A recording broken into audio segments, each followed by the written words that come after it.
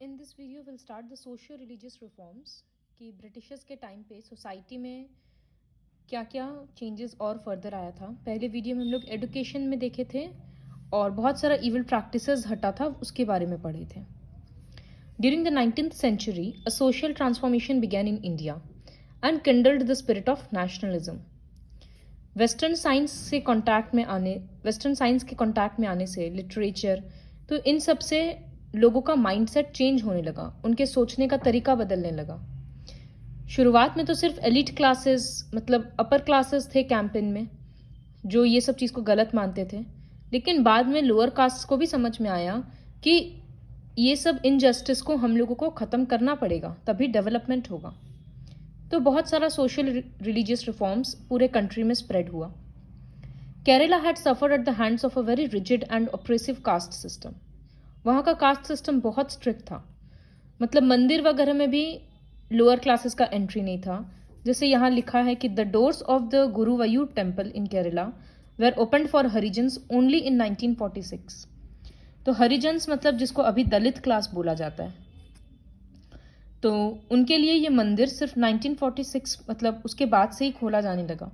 Otherwise पहले दरवाज़ा उन लोगों के लिए हमेशा बंद रहता था। फिर गवर्नमेंटल पोजीशंस में लोअर कास्ट को जॉब नहीं मिलता था और नॉन हिंदूज को भी। इनफैक्ट इस तरह से बहुत सारा प्रॉब्लम्स था। तो सबसे पहले एक reformers Shri Narayan Guru. Shri Narayan Guru was a great Hindu saint and social reformer. He was born in the Azhava community of Kerala. He campaigned against caste system, untouchability, Brahmin dominance. Brahmin dominance मतलब ब्राह्मण्स को जो सोसाइटी में इतना रिस्पेक्ट मिलता था, and discrimination against the lower castes. Sri Narayan constructed alternate temples and propagated for one god, one caste and one religion.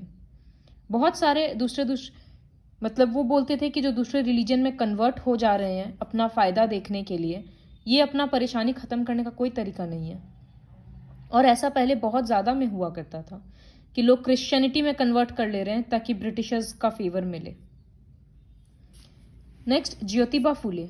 Jyotiba Phule was a social reformer of Maharashtra who founded the सत्य शोधक समाज, an organization that worked for the upliftment of the low and oppressed classes.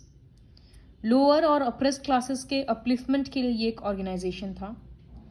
Jyotiba Phule का मानना था कि कोई भी problem को ख़त्म करना है तो पढ़ाई लिखाई एक बहुत इंपॉर्टेंट ज़रिया है, स्पेशली अंडर प्रिविलेज्ड क्लास के लिए। तो वो ये लोगों में अवेयरनेस क्रिएट करना चाहते थे और वो सक्सेसफुल भी रहे अपने इस मिशन में। His campaign for the removal of untouchability and upliftment of lower castes took the form of an anti-Brahmin movement. Brahmins दिखाते थे अपना ज़्यादा सुपीरियॉरिटी कि हम लोग ज़्यादा हैं, माने जाने वाले, ज़्यादा रेस्पेक्टेबल, तो वो लोग लोअर क्लासेस को बहुत बुरा तरीका से ट्रीट करते थे। Jyotiba Phule rejected Indian national Congress party and defined it as a party of rich and upper cast.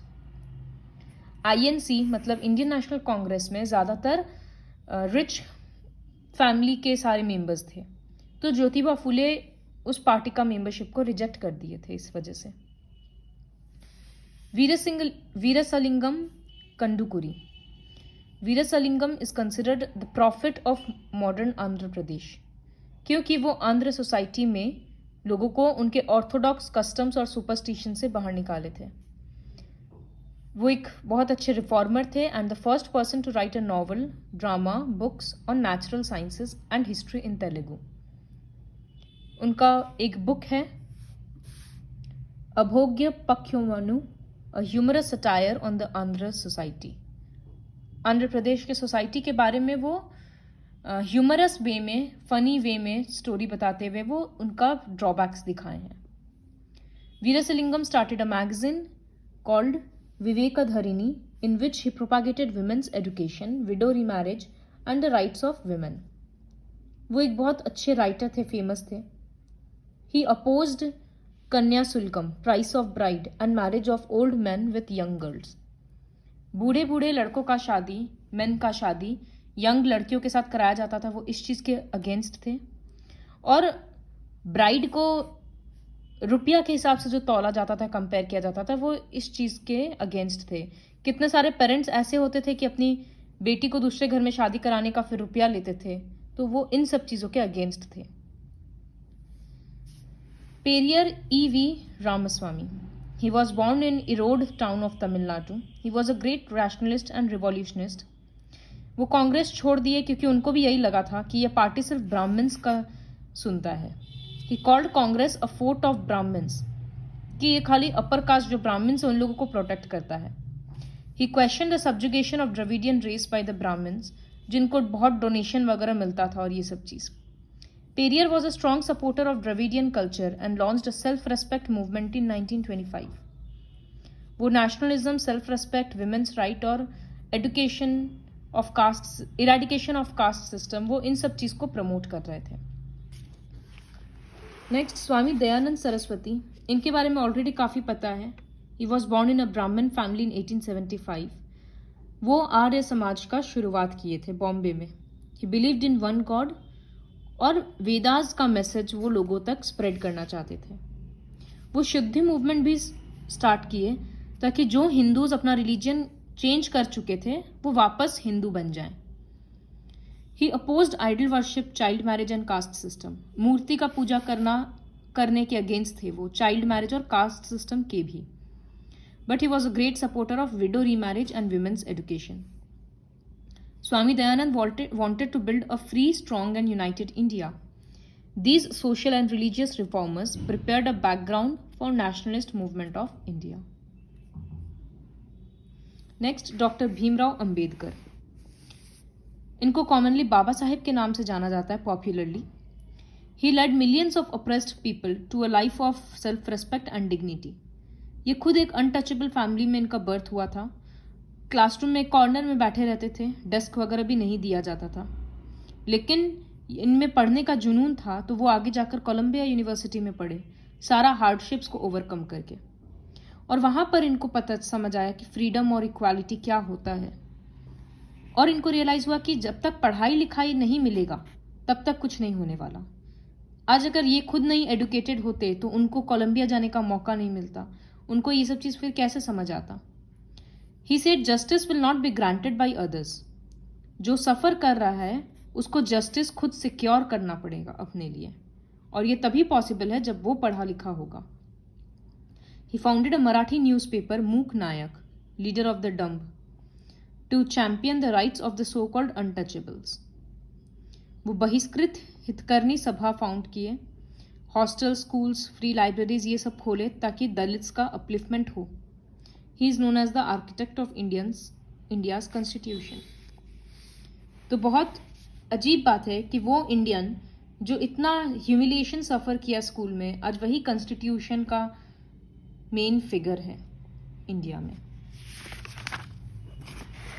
Next, Mahatma Gandhi, popularly known as father of nation. इनका इंडिया के फ्रीडम स्ट्रगल में बहुत इंपॉर्टेंट रोल है। ये बहुत सारा एक्टिविटीज़ जैसे सत्याग्रह, सर्वोदया, ये सब चीज़ स्टार्ट किए। ये इंडियंस को ट्रांसफॉर्म करना चाहते थे ताकि हर एक इंडियन गरीब का और कमज़ोर का हेल्प करे, सिर्फ अपने बारे में ना सोचें।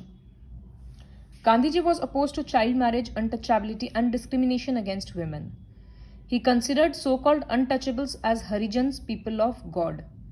पहले हरिजन्स पढ़े थे ना, पहले के दलित को हरिजन्स बोला जाता था, लेकिन इनका मानना था कि वो लोग लोअर कास्ट नहीं है, वो लोग भगवान के इंसान हैं। He believed that spinning wheel, khadi and revival of village industries were necessary for the villagers so that they do not have to migrate to cities in search of work. इनका मानना था कि ये जो छोटा छोटा एक्टिविटीज़ है जैसे खादी का कपड़ा बनाना, चरखा चलाना, सूता निकालना, तो इस तरह का जो भी विलेज का इंडस्ट्रीज़ है इसको स्ट्रॉन्ग करना चाहिए ताकि कोई अपना गांव छोड़कर शहर में ना माइग्रेट करे काम के सर्च में। Gandhi ji said a wife is not the husband's slave but a companion. एक वाइफ हस्बैंड की स्लेव नहीं होती है, वो उसके साथ ही है, हेल्पमेट है, और she is equal to her partner हर चीज़ में, जॉय में, सौरों में, सब चीज़ में। तो विमेन को पढ़ाना लिखाना और विडो रीमैरिज ये सब चीज़ बहुत ज़रूरी है। ही अपोज्ड डाउरी एंड पर्दा सिस्टम। पर्दा सिस्टम मतलब विमेन पहले घूंघट निकाल कर रखती थी बहुत ज़्यादा और सबके सामने आती नहीं थी, तो वही सिस्टम है पर्दा system. So what was the impact of the reform movements? ये जो भी हम लोग रिफॉर्म्स पढ़े कि इस तरह से सोशल रिफॉर्मर ये रिफॉर्म्स लाना चाहते थे, इससे इंडियन सोसाइटी में वाकई में बहुत बदलाव आया और as a whole India strong हुआ। हिंदुइज्म और इस्लाम सब कुछ स्ट्रांग हुआ, सारा रिलीजन, क्योंकि सब अपने रिलीजन से ये सोशल इविल्स को हटाना चाहता था। एडुकेटेड इंडियंस लोगों तक पहुंचाए कि देखो पहले का इंडिया कितना मॉडर्न था, अब ब्रिटिशर्स के अंडर में खराब हो रहा है, तो ज़रूरी है कि हम लोग इस चीज़ को रोकें। तो इससे एक कल्चरल अवेकनिंग हुआ, लोगों को गर्व हुआ कि हाँ हम लोग का कितना रिच कल्चर था। India saw rapid development in the field of literature, science and art. लोगों का इम्प्रूवमेंट भी हुआ स्टेटस में, एडुकेशन में, विमेन का। बहुत सारा लॉज बनाया गया टू कर्ब मतलब स्टॉप सोशल इविल्स।